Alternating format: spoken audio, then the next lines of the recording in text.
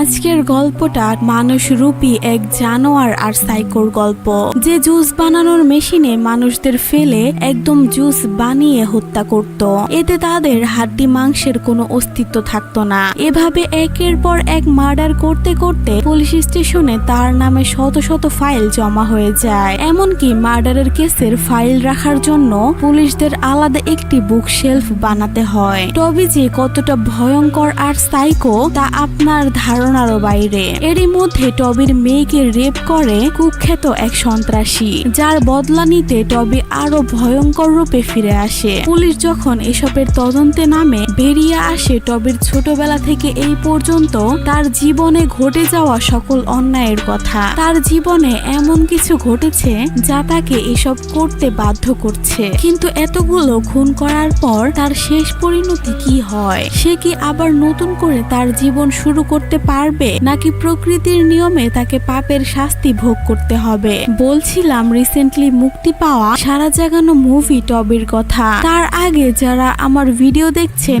অথচ চ্যানেলটি সাবস্ক্রাইব করেননি, তারা জলদি জলদি সাবস্ক্রাইব করে ফেলুন। মুভি শুরু হয় কানাডার কোনো এক গ্রামকে দেখিয়ে। গ্রামের সবাই মিলে এখানে এক ধরনের পুজো আয়োজন করেছে, অনেকটা কান্টারা মুভির মতো, যেখানে আমরা দেখেছিলাম বছরে একবার করে ছাগলের বলি দিয়ে এই পুজো হয়, যেখানে তাদের দেবী একজনের উপর ভর করত।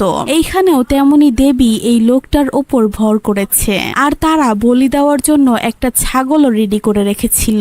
এইখানে উপস্থিত ছিল আনন্দ নামে এই লোকটি, যাকে দেখে বোঝাই যাচ্ছিল সে গ্রামের উচ্চ পর্যায়ের কোনো কিছু হবে আর কি। তো সে দেবী যার উপর ভর করেছে তাকে জিজ্ঞাসা করে সবকিছু ঠিকঠাক আছে তো? দেবী বলেন না, তোমরা বলি দেওয়ার জন্য যে ছাগল এনেছিলে সেইটা আর সেখানে নেই। আনন্দ বলে, এই কি বলছেন? ছাগল তো জায়গা মতোই আছে। দেবী বলেন না, আমার ধারণা কখনো ভুল হতে পারে না। এটা শুনে আনন্দ তার এক লোককে পাঠায় ছাগল জায়গা মতো আছে কিনা এটা দেখার জন্য। লোকটি গিয়ে দেখে ছাগল তার জায়গা মতোই আছে। এদিকে দেবী বলছিল, যদি আমার ধারণা সঠিক হয় তাহলে ছাগলটি সেখান থেকে পালিয়ে গেছে, আর যাকে তোমরা দেখতে পাচ্ছ সে কোনো ছাগল নয়, কোনো খারাপ শক্তি ছাগলের রূপ নিয়ে এখানে এসেছে।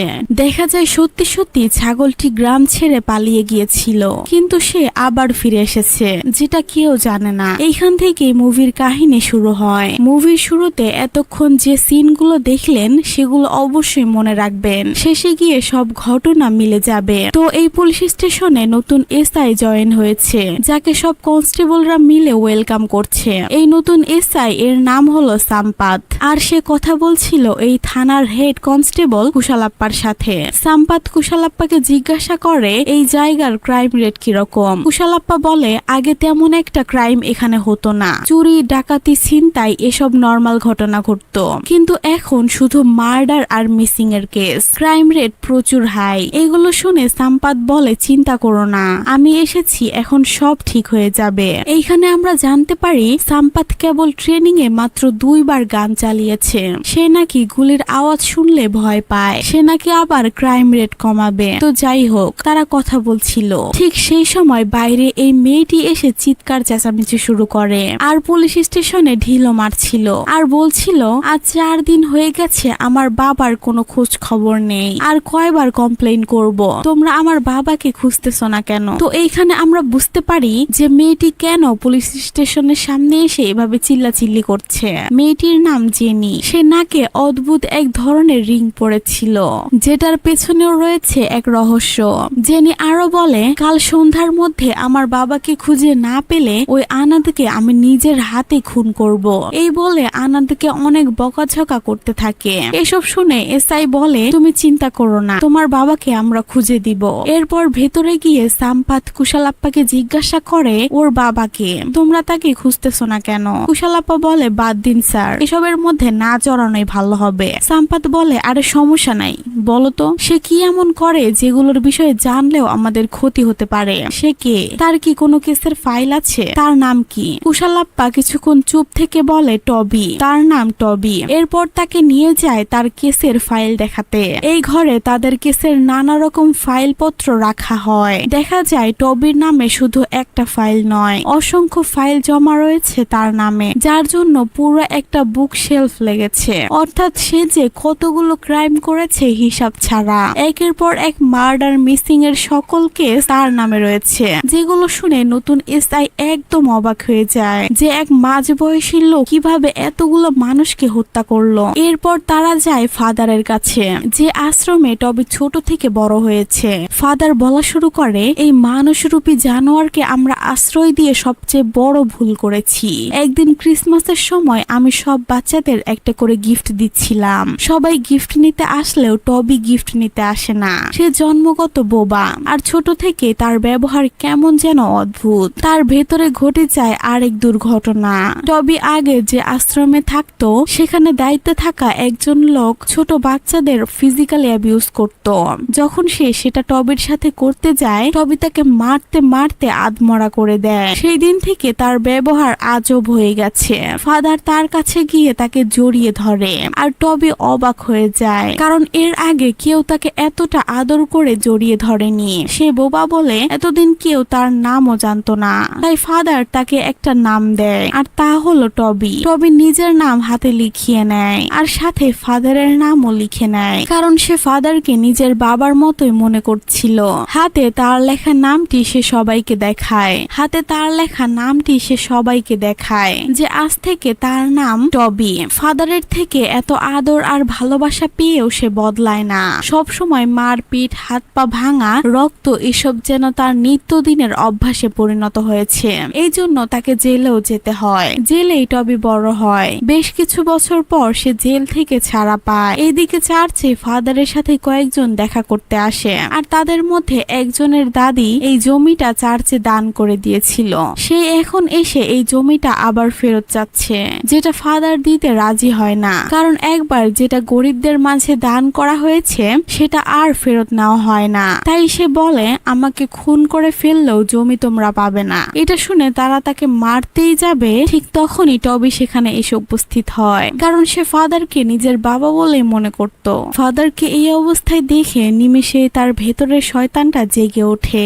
ফাদার তো টবিকে দেখেই বুঝে যায় যে টবি নির্ঘাত এখানে কোনো অঘটন ঘটাবে। ঠিক তাই হয়। সে এক এক করে সবাইকে মারতে মারতে আধমরা করে দেয়। পুরো মুভিতে যেমন ভরপুর সাসপেন্স আর একের পর এক টুইস্ট রয়েছে, তার তো কোনো জবাবই নেই। কিন্তু মাঝে মাঝে এই অ্যাকশন সিনগুলো অস্থির। একটার পর একটা সবাইকে মারতে মারতে এমন অবস্থা করে দেয় যে সবাই ভয়ে সেখান থেকে পালিয়ে যায়। ফলে চার্চের জমিটাও আর তাদের দিতে হয় না, আর ফাদারও বেঁচে যায়। আর যেহেতু টবির কোথাও যাওয়ার জায়গা ছিল না, তাই ফাদার তাকে এখানেই থাকতে বলে। টবিকে চার্চে আশ্রয় দেওয়ার পর ফাদার পড়ে যায় আরেক বিপদে, কারণ দিনের পর দিন তার দুষ্টামি বেড়েই যাচ্ছিল।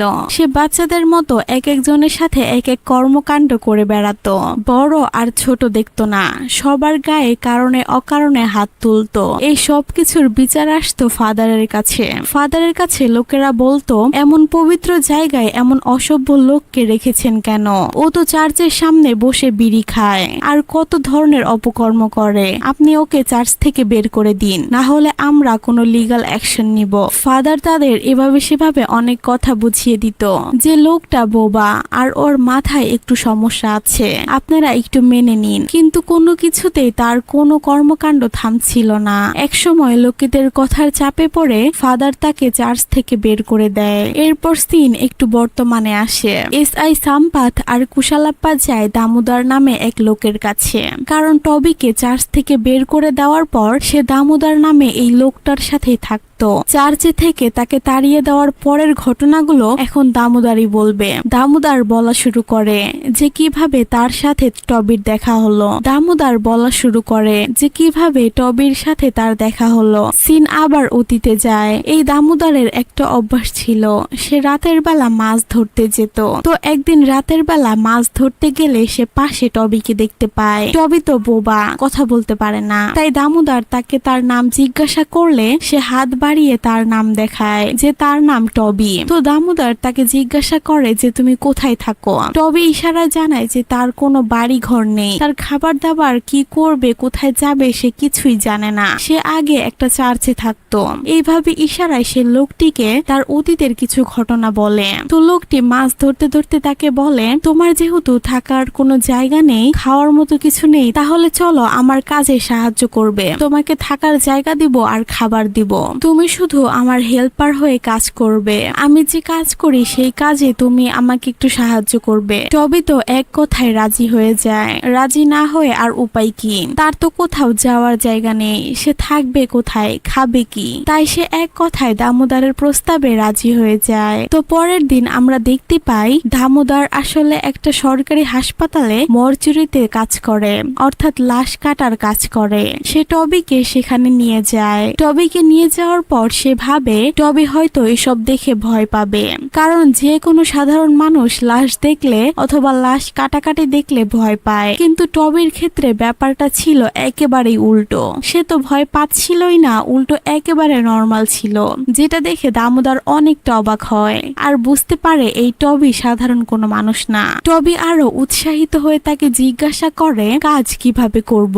এরপর দামোদর তাকে শিখিয়ে দেয় যে লাশ কিভাবে কাটতে হবে। এরপর টবি একাই লাশ কেটে তাকে দেখিয়ে দেয়। এরপর থেকেই টবি সেই মরচুরিতেই থাকা শুরু করে। এখন থেকে টবি এই কাজই করে আর সে তাকে খাবার দেয়। একদিন রাতে তারা আবার মাছ ধরতে যায়। তারা কথা বলার সময় হঠাৎ পাশে থেকে এক বাচ্চার কান্নার আওয়াজ শুনতে পায়। দামোদর গিয়ে দেখে এক সদ্য জন্ম নেওয়া বাচ্চাকে কেউ রেখে চলে গেছে। টবি তো মাছ ধরায় ব্যস্ত, তাই দামোদর ভয় পেয়ে গ্রামের সবাইকে ডাক দেয়। এদিকে আমরা দেখি টবি মাছ ধরতে ধরতে একদম পানিতেই নেমে পড়েছে আর সে হঠাৎ করে এক ধরনের বড় চুরির মতো নাকফুল পায়, যেটা দেখে সে কিছুটা অবাক হয়। দামোদর আসছে না দেখে টবি দেখতে যায় যে কি হয়েছে। টবি এসে দেখে এই অবস্থা, সবাই বাচ্চাটার থেকে দূরে দাঁড়িয়ে আছে, সবাই বাচ্চাটাকে দেখে ভয় পাচ্ছে, কিন্তু সে নির্দ্বিধায় বাচ্চাটির কাছে গিয়ে তাকে কোলে নিয়ে সেখান থেকে চলে যায়। সে সিদ্ধান্ত নেয় বাচ্চাটিকে সে লালন পালন করবে, কিন্তু বাচ্চাকে কিভাবে খাওয়াবে, কি খাওয়াবে, কিভাবে গোসল করাবে, কিভাবে রাখবে সে তো কিছুই জানতো না। তাকে এই অবস্থা দেখে একটা নার্স এসে তাকে সাহায্য করে। সেই নার্সটা তাকে শিখিয়ে দেয় যে কিভাবে বাচ্চাকে খাওয়াতে হবে, গোসল করাতে হবে আর ঘুম পাড়াতে হবে। তবে সেই অনুযায়ী বাচ্চাকে দেখাশোনা করে। তাদের থাকার তো কোনো জায়গা ছিল না, তাই টবি মরচুরিতে এক জায়গা করে তাকে সেখানে রাখত। তারা একসাথে থাকতো। সেই বাচ্চাটি ছিল একটি মেয়ে। টবি বাচ্চাটিকে ফাদারের কাছে নিয়ে যায় তার নামকরণ করার জন্য। ফাদার তার নাম রাখে জেনি। এখন থেকে এই বাচ্চার নাম জেনি। এইভাবেই জেনি আস্তে আস্তে বড় হয়। কিছু বছর পর টবি তাকে স্কুলে ভর্তি করাতে নিয়ে যায়। স্বাভাবিকভাবে প্রিন্সিপাল তাকে তার মার নাম জিজ্ঞাসা করে, কিন্তু সে তো তার মার নাম জানে না। টবি বলে যে আমি ওর বাবা, বাবার জায়গায় আমার নামটা বসিয়ে দিন, আর ওর মাকে তা আমি জানি না। এটা শুনে প্রিন্সিপাল তো অবাক হয়ে যায়, কিন্তু অবশেষে তাকে এই স্কুলে ভর্তি করায়। জেনি এখন প্রতিদিন স্কুলে যায়। ধীরে ধীরে সে অনেক কিছু শিখছে। বেশ কিছুদিন পর জেনি তার বাবার হাতে তার নামটা নিজের হাতে লিখে দেয়। টবি খুশিতে যেন পাগল হয়ে যায়। সে সবাইকে লাফাতে লাফাতে দেখাচ্ছিল যে তার মেয়ে তার নাম লিখে দিয়েছে।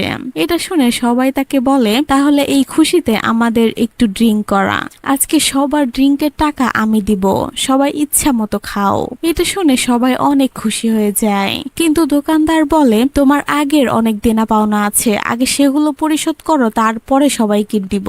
এটা শুনে টবির মন খারাপ হয়ে যায়, কারণ তার কাছে তো একটা টাকাও নেই, আর সে মাঝে মধ্যেই এখানে এসে ড্রিঙ্ক করে যেত, কিন্তু একটা টাকাও দিত না। দোকানদার সেই টাকাগুলোর হিসাব লিখে রেখেছে, তাই আজকে সে কাউকে ড্রিঙ্ক দেয় না। দোকানে ড্রিঙ্ক না পেয়ে তারা সিদ্ধান্ত নেয় বাসায় তারা ড্রিঙ্ক বানাবে। তাই সব রেডি করে তারা চুলায় কি যেন বসিয়ে দেয়, আমি তো নিজেও জানি না, আমি তো আর কখনো ড্রিঙ্ক বানাই নাই বা দেখি নাই। তো যাই হোক, তারা ড্রিঙ্ক বানানোর সবকিছু রেডি করে চুলায় বসিয়ে দিয়ে পাশে বসেছিল। ড্রিঙ্ক তো রেডি হয় না, উল্টো কিছুক্ষণ পর একটা ছোটখাটো ব্লাস্ট হয় আর তাদের পুলিশ ধরে নিয়ে যায়। পুলিশ তাদের জিজ্ঞাসা করে, কিরে তোরা ওখানে কিসের ব্লাস্ট করলি, কোনো বোমা টোমা বানাচ্ছিলি নাকি? এটা শুনে দামোদর বলে, না স্যার, আমরা তো মানুষের উপকার করছিলাম। পুলিশ বলে, কিসের উপকার? আমরা ড্রিঙ্ক বানাচ্ছিলাম স্যার। এগুলো কথা বলার মাঝখানে হঠাৎ করে এই মেয়ের এন্ট্রি হয়। এই মেয়ের নাম সাবিত্রী। পুলিশ তাকে অ্যারেস্ট করেছে কারণ সে একজন প্রস্টিটিউট। কিন্তু প্রথম দেখাই টবি তাকে ভালোবেসে ফেলে। টবির কোনো আইডিয়াও নেই যে সাবিত্রী কি কাজ করে। তো কিছুক্ষণ পর পুলিশ স্টেশন থেকে তাদের ছেড়ে দেওয়া হয়। কিন্তু বাসায় এসেও টবি কোনোভাবেই তার কথা ভুলতে পারছিল না। সে মুচকি মুচকি হাসছিল। জেনি তার পাশেই শুয়েছিল। সে তো তার বাবার এই অবস্থা দেখে ব্যাপারটা বুঝতে পারে। তাই সে তার বাবাকে বলে, এখন ঘুমিয়ে পড়ো, কালকে সকালে আমরা সেই মেয়েটির সাথে দেখা করব আর বলবো তুমি তাকে পছন্দ করো। তার বাবাও আর কিছু না ভেবে ঘুমিয়ে পড়ে। আর তারা পরের দিন সকালে বেরিয়ে পড়ে সাবিত্রীর সাথে দেখা করার জন্য। জেনি একটা কাগজে আই লাইক ইউ লিখে টবিকে বলে এটা সাবিত্রীকে দিতে। কিন্তু টবি রাজি ছিল না, কারণ সে খুবই লজ্জা পাচ্ছিল। তাই জেনি বিরক্ত হয়ে নিজেই যায় কাগজটা দিতে। কাগজ দেওয়ার পর সে জানায় যে তার বাবা তাকে পছন্দ করে। এইটা বলে জেনি পিছনে তাকিয়ে দেখে তার বাবা সেখানে নেই। আসলে টবি এতটাই লজ্জা পেয়েছে যে সে সেখান থেকে চলে গেছে। তো সাবিত্রী জেনিকে বলে যে সত্যি যদি সে আমাকে ভালোবাসে তাহলে আমার সাথে আলাদা দেখা করতে বলো, আমি সরাসরি ওনার সাথে কথা বলবো। এটা শুনে জেনি সেখান থেকে চলে যায়। পরের দিন তারা আবার সাবিত্রীর সাথে দেখা করে। সাবিত্রী টবিকে বলে, তুমি যে আমাকে পছন্দ করো, তুমি কি জানো যে আমি কি করি? আমি আসলে দেহ ব্যবসা করি। আমার শরীর বিক্রি করে আমি আমার পেট চালাই। এই অবস্থায় আমি কাউকে বিয়ে করে সংসার করতে পারবো না। তুমি চাইলে আমরা বন্ধু হতে পারি, এর থেকে বেশি কিছু হওয়া আমার পক্ষে সম্ভব না। এটা শুনে টবি এক কথায় রাজি হয়ে যায়, কারণ ভালোবাসার মানুষের থেকে একেবারে দূরে থাকার চেয়ে ভালো বন্ধু হয়ে পাশে থাকা। এরপর থেকে তারা একসাথে অনেক সময় কাটায়। তারা তিনজন একসাথে ঘুরতে যায়, একসাথে খাওয়া দাওয়া করে, আরো অনেক কিছু। ধীরে ধীরে তাদের বন্ধুত্ব আরো গভীর হয়। টবি যতক্ষণ তার সাথে থাকে হাসি খুশি থাকে, কিন্তু যখনই অন্য কোনো ছেলের সাথে তাকে দেখে তার মন একদম খারাপ হয়ে যায়। সে চুপচাপ থাকে, কারোর সাথে ইশারায় কোনো কথা বলে না। সাবিত্রী বুঝতে পারে যে টবি কেন তার উপর রাগ করেছে। তাই সাবিত্রী তাকে বলে, আমি তো তোমাকে আগেই বলেছিলাম যে আমি কি কাজ করি। তুমি তো জেনে শুনে আমার সাথে বন্ধুত্ব করেছিলে, তাহলে এখন এরকম করছো কেন?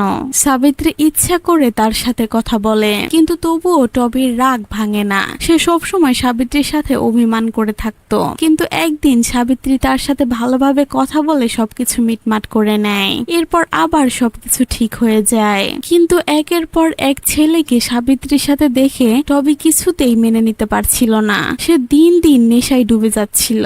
তার এই অবস্থা দেখে সাবিত্রীরও তার উপর মায়া হয়, কিন্তু তাতে কোনো কিছু করার ছিল না, কারণ টবির নিজের কোনো ঘর ছিল না, কোনো থাকার জায়গা ছিল না। উপর থেকে সে যদি সাবিত্রীকে বিয়ে করে তাহলে তাকে নিয়ে কোথায় থাকবে, তাকে খাওয়াবে কি? তার তো কোনো ভালো কাজও নেই। সে কোনো মতে তার মেয়েকে নিয়ে থাকে। এইভাবে আস্তে আস্তে তার মেয়েটাও বড় হয়ে যায়। মেয়ে এখন কলেজে পড়ে।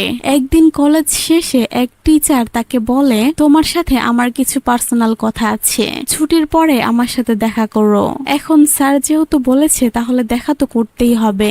তাই সে ছুটির পর তার স্যারের জন্য অপেক্ষা করে। স্যার তার সামনে আসে আর তার বুকে হাত দিয়ে বলে, তোমার এই বোতামটা মনে হয় একটু টাইট লাগছে, তাই না? আসো খুলে দেই। এসব দেখে জেনে তো বুঝতে পারে যে তার স্যারের আসল মতলবটা কি। সে তার স্যারকে বলে, দাঁড়ান স্যার, আমি তো দরজাটা লাগিয়ে দিয়ে আসি।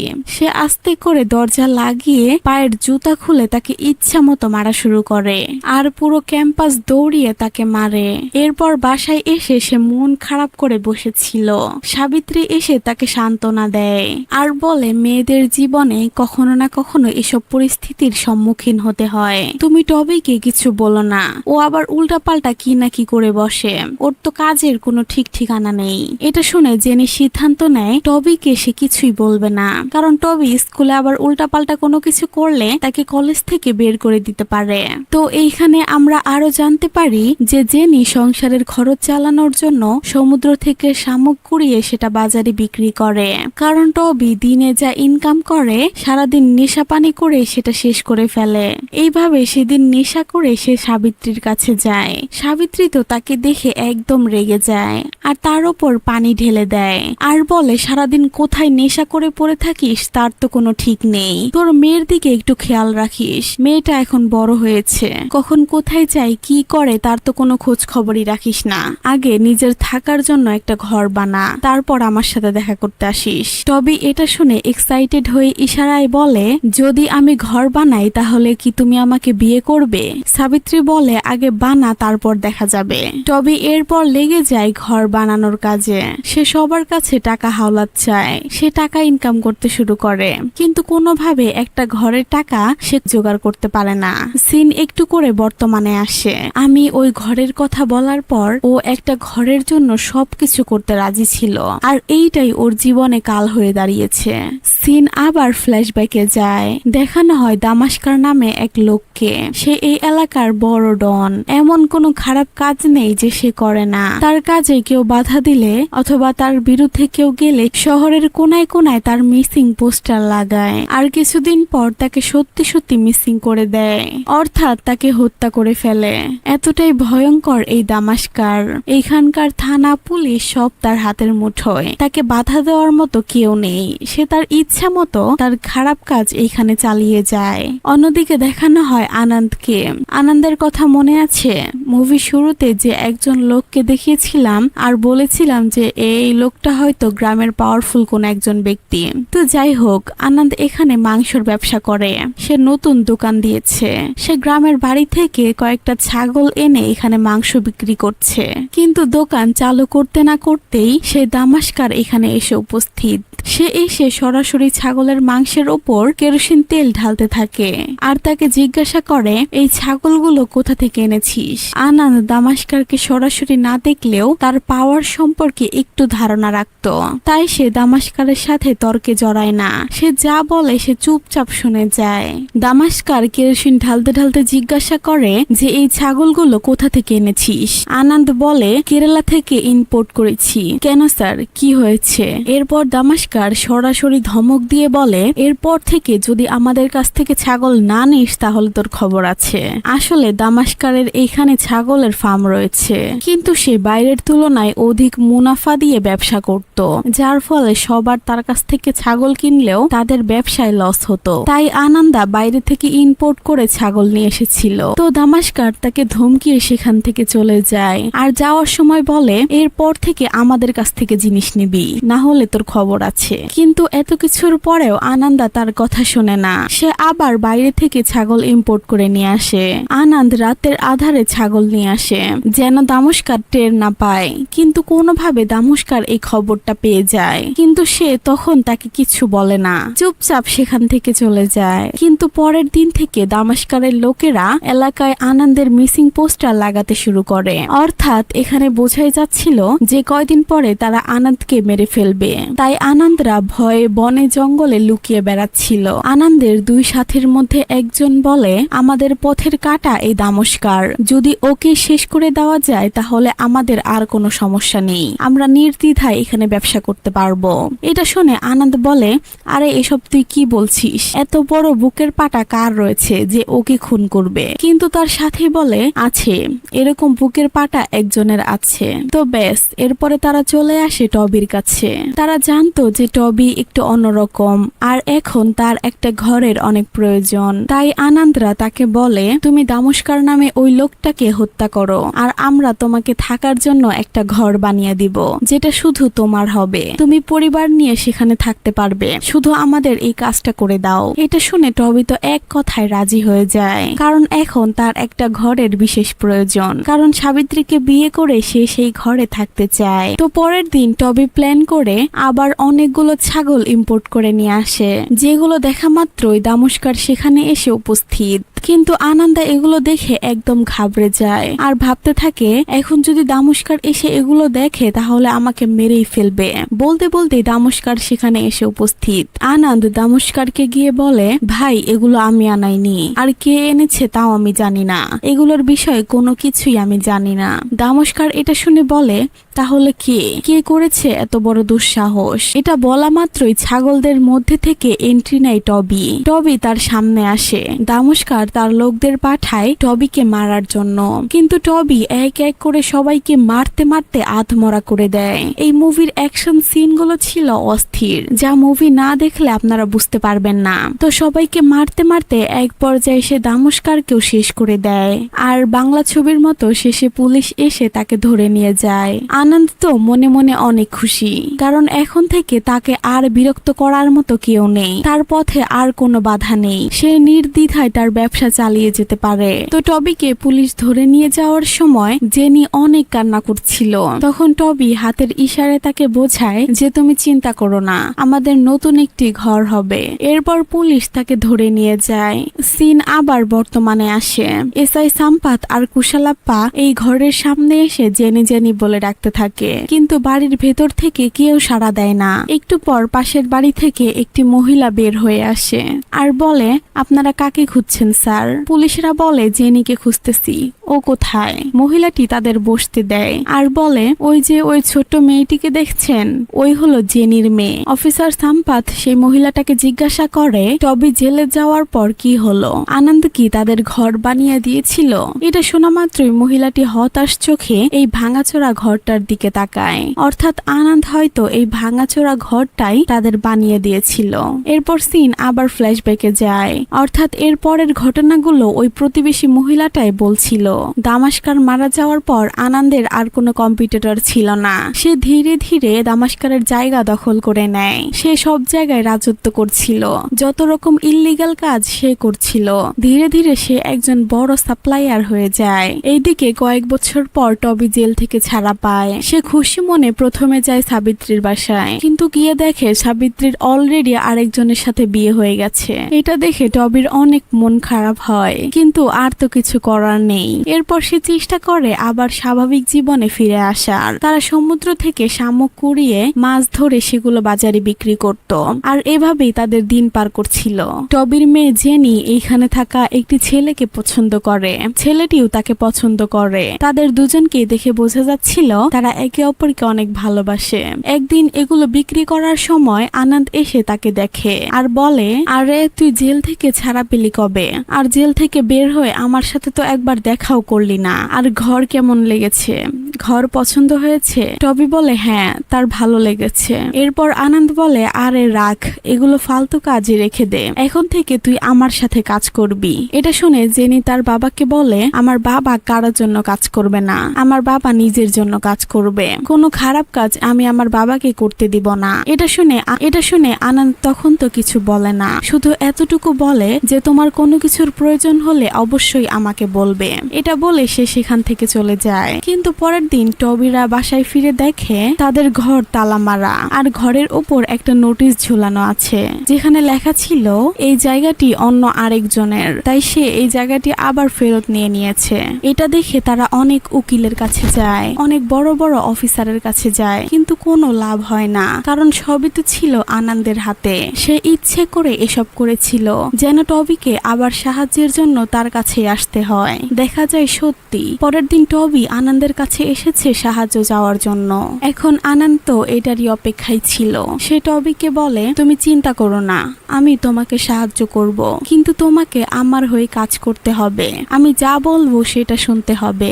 এখন টবির তো একটা থাকার ঘরের খুবই প্রয়োজন, তাই সে আর কোনো উপায় না পেয়ে আনন্দের প্রস্তাবে রাজি হয়ে যায়। আনন্দ তাকে আলাদা একটি ঘরে নিয়ে যায় আর একটা জুস বানানোর মেশিন দেখিয়া বলে, এইটা আখের জুস বানানোর মেশিন, এইখানে খুব সুন্দর আখের জুস তৈরি করা যায়, কিন্তু এইটা আমি আখের জুস বানানোর জন্য ঘরে আনিনি, এইখানে আমার প্রত্যেকটা শত্রুকে আমি জুস বানাবো, আর সেই কাজটা করবে তুমি। এইদিকে তুমি তাদের মেশিনে দিবে আর ওইদিকে তারা জুস হয়ে বের হবে, তাদের যেন কোনো হাড্ডি আর মাংসের অস্তিত্ব না থাকে। এভাবে তাদের শরীর থেতলে যাওয়ার পর তাদের মাংস বিশেষগুলো ময়লার মধ্যে ফেলে দিবে। টবিও এতে রাজি হয়ে যায়, কারণ টবি তো ছোট ছোটবেলা থেকেই একটু অন্যরকম। সে বুঝতে পারে না যে ভালো কোনটা আর খারাপ কোনটা। তাকে আনন্দ যা বলেছিল সে সেই অনুযায়ী কাজ করে যায়। আনন্দ একে একে তার সকল শত্রুকে মেরে ফেলছিল আর টবি সেগুলোকে জুস বানিয়ে ময়লার মধ্যে ফেলে দিত।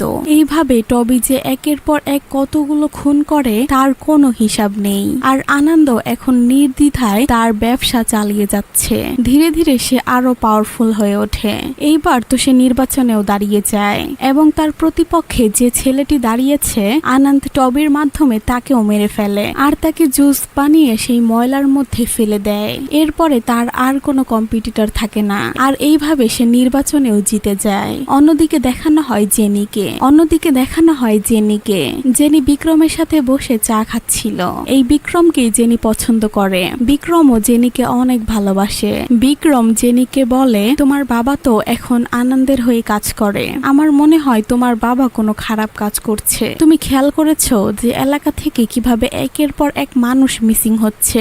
আমার তো মনে হয় আনন্দই এগুলো করাচ্ছে তোমার বাবাকে দিয়ে। তোমার বাবাকে আনন্দের থেকে দূরে রাখাটাই বেটার হবে।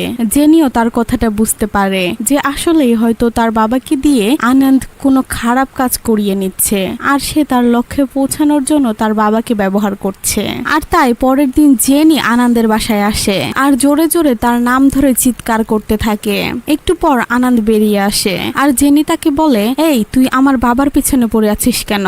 নিজে তো কিছু করতে পারিস না আর আমার বাবাকে দিয়ে সব করাই নেস। আর কিছু হলে আমার বাবা জেল খাটে। কেন রে, তুই নিজে কিছু করতে পারিস না? এই বলে তার মুখে কতগুলো পয়সা ছুঁড়ে মারে আর বলে, এই টাকার জন্যই তো তুই এসব করছিস তাই না? এই ধর, এই কয়টা টাকা রাখ আর আমার বাবাকে আমার বাবার মতো ছেড়ে দে, আমাদের একটু শান্তিতে বাঁচতে দে, এই ধর। এইভাবে জেনি তাকে অনেক বকাঝকা করে সেখান থেকে চলে যায়। কিন্তু আনন্দ তার উপর ভীষণ রেগে যায়, কিন্তু সে তাকে তখন কিচ্ছু বলে না, শুধু নিচে পড়ে থাকা পয়সাগুলো একটা একটা করে উঠায় আর রুমালে পেঁচিয়ে যত্ন সহকারে রেখে দেয়। সেই দিন রাতে টবি আর জেনি ঘুমিয়েছিল, কিন্তু হঠাৎ করেই পুলিশ এসে কোনো কথা না বলেই টবিকে গ্রেফতার করে নিয়ে যায় আর বলে টবির উপর আগের মিসিং আর মার্ডার কেস ছিল।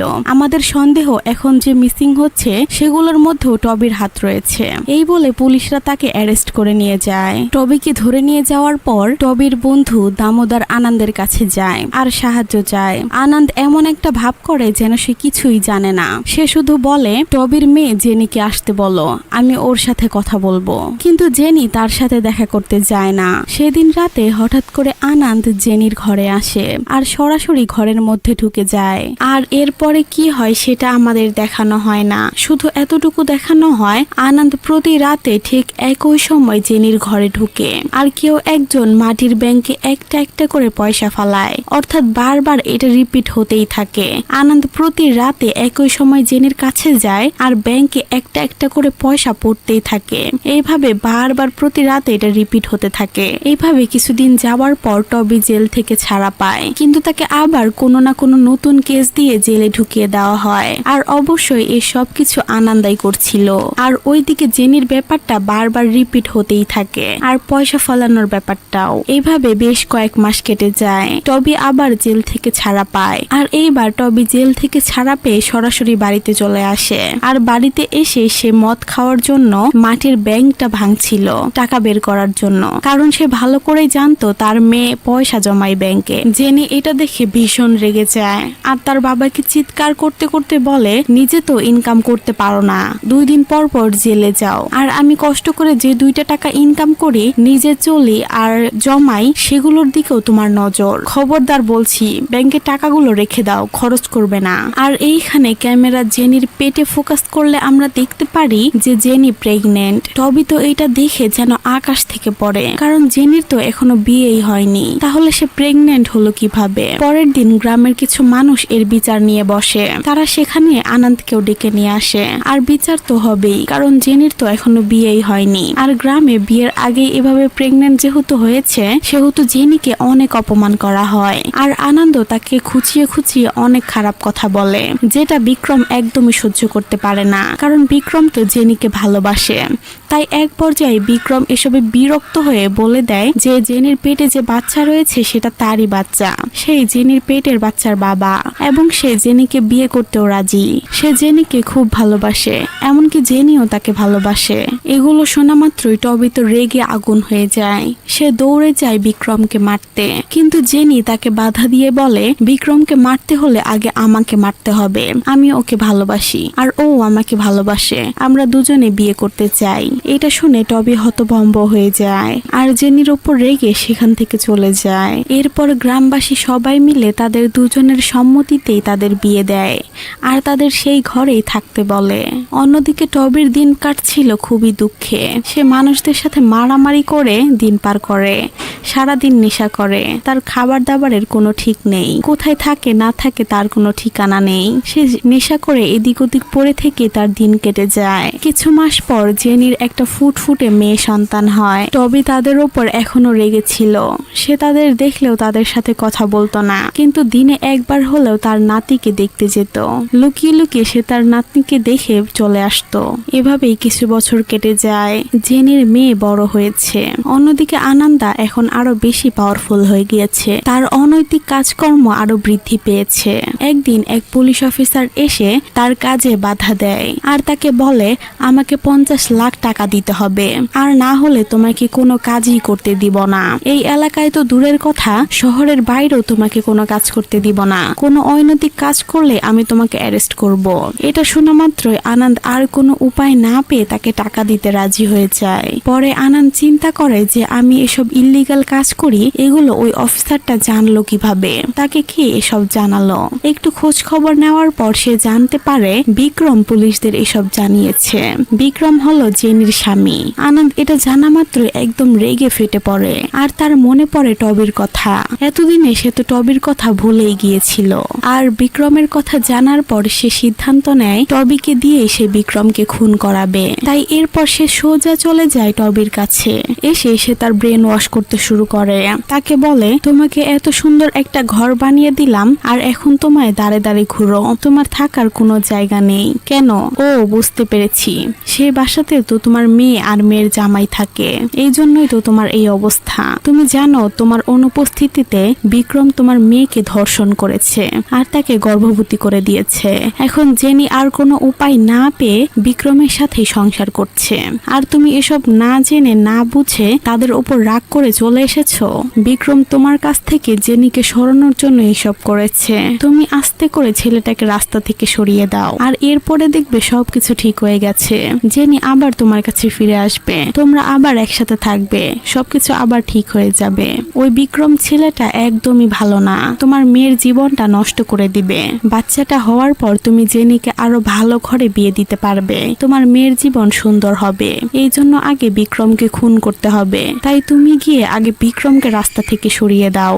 এইভাবে আনন্দ তাকে অনেকভাবে ব্রেন ওয়াশ করে আর শেষমেশ টবি তার কথার জালে ফেসে যায়। আর রাতে সুযোগ বুঝে যখন জেনি বাসায় না ছিল, সে বিক্রমের গলায় গামছা পেঁচিয়ে তাকে খুন করতে নেয়। কিন্তু ঠিক তখনই জেনি চলে আসে আর তাকে ধাক্কা মেরে দূরে সরিয়ে দিয়ে বলে যার কুবুদ্ধি শুনে তুমি আমার স্বামীকে হত্যা করতে এসেছো সেই এসবের মাস্টার মাইন্ড। প্ল্যান করে তোমাকে জেলে ঢুকিয়ে আমাকে প্রতি রাতে এসে রেপ করত। যতগুলো পয়সা আমি তার মুখে ছুঁড়ে মেরেছিলাম সে এক একটা পয়সার বদলা নিয়েছে, আমাকে প্রতি রাতে ভোগ করেছে। আর আমি প্রেগনেন্ট হয়েছি তার কারণেই, এই বাচ্চাটাও তারই। শুধুমাত্র বিক্রম তোমার আর আমার সম্মান বাঁচানোর জন্য আমাকে বিয়ে করেছে। আমিও বাধ্য হয়ে কিছু বলতে পারিনি, কারণ তোমার জীবন ছিল ওর হাতে। আমি যদি কিছু করতাম তাহলে জেলে ওরা তোমাকে মেরে ফেলতো। এগুলো শোনা মাত্র টবি আরো বেশি রেগে যায় আর সে এবার বেরিয়ে পড়ে আনন্দকে মারার জন্য। কিন্তু জেনি তাকে থামিয়ে দেয় আর বলে যা হয়েছে হয়েছে, আমরা এবার একটু শান্তিতে বাঁচতে চাই। আমি এসব ঝামেলা আর চাই না। আমি চাই না যে তোমার কোনো ক্ষতি হোক, এই কারণে আর কোনো খুন করতে হবে না, আমরা আবার একসাথে বাঁচবো। এগুলো শুনে টবিও বুঝতে পারে যে তার জন্য তার মেয়ের জীবনটা নষ্ট হয়েছে, তাই সে আনন্দকে খুন করতে আর বাসা থেকে বের হয় না। জেনিও তাকে মানিয়ে নেয়। এভাবে বাবা মেয়ে আবার এক হয়ে যায়। কিন্তু বিক্রম ভয় পেয়ে কোথায় যেন পালিয়ে যায়। জেনি আর টবি তাকে কোথাও খুঁজে পায় না। পরের দিন সকালে জেনি ঘুম থেকে উঠে দেখে টবিও কোথাও নেই। ব্যাস সেদিন সকালে জেনি টবিকে খুঁজতে বেরিয়ে পড়ে। কোথাও খুঁজে সে টবিকেও পায় না আর বিক্রমকেও পায় না। আশেপাশে সব জায়গায় খুঁজে জেনি যখন তাদের দুজনকে কোথাও খুঁজে না পায়, সে মনে করে হয়তো আনন্দী তাদের কোনো ক্ষতি করেছে। তাই ছোটবেলায় বাবার কাছ থেকে পাওয়া সেই নাকের রিংটা সে পরে নেয় আর সিদ্ধান্ত নেয় সে প্রতিশোধ নেবে। আনন্দকে খুন করে তার বাবা আর বিক্রম হত্যার প্রতিশোধ নেবে, কারণ সে তো ভাবছিল তার বাবা আর তার স্বামী মারা গেছে আর তাদেরকে আনন্দী খুন করেছে।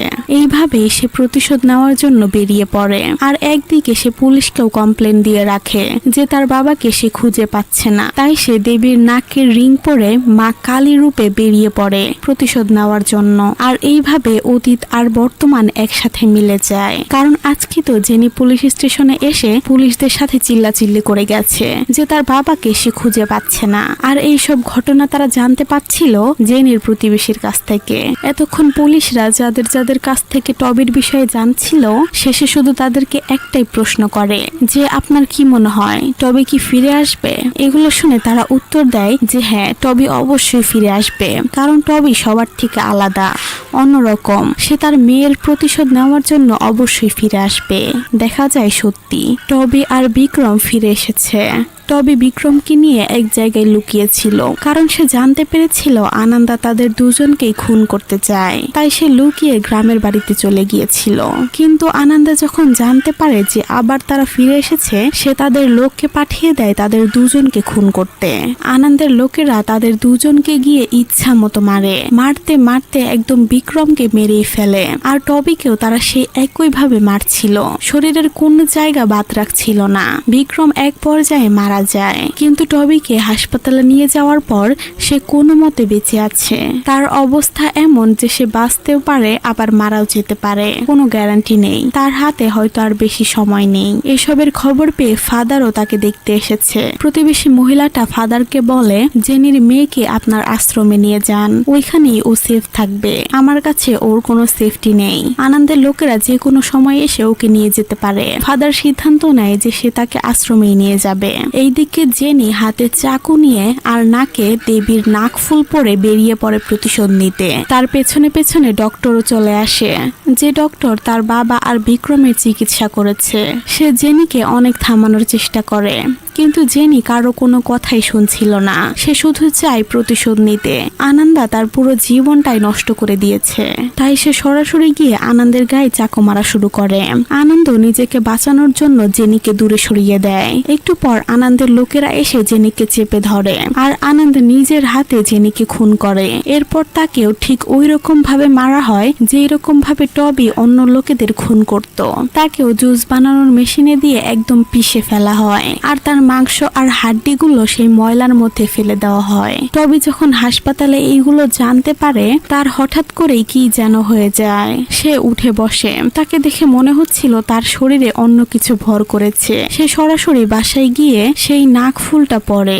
আর এরপর সিন চলে যায় একেবারে মুভির শুরুতে, যেখানে আমরা দেখেছিলাম গ্রামের সবাই মিলে একটা উৎসব করছিল, অর্থাৎ একটা পুজোর মতো আর কি, যেখানে দেবী একজনের উপর ভর করে, যেখানে আনন্দা সহ গ্রামের অনেক মানুষ উপস্থিত ছিল।